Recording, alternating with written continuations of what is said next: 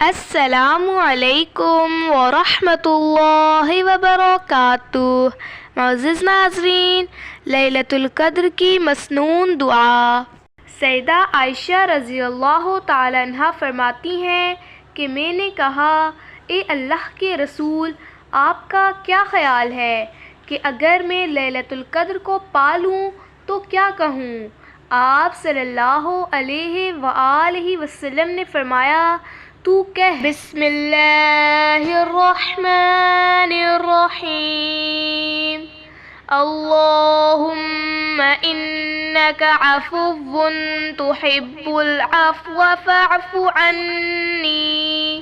اے اللہ، تو بہت معاف کرنے والا ہے اور معافی کو پسند کرتا ہے، سو تو مجھے معاف فرما دے۔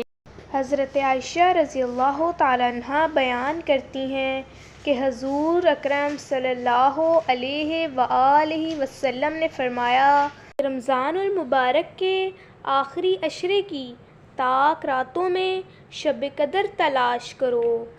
لیلۃ القدر کی فضیلت۔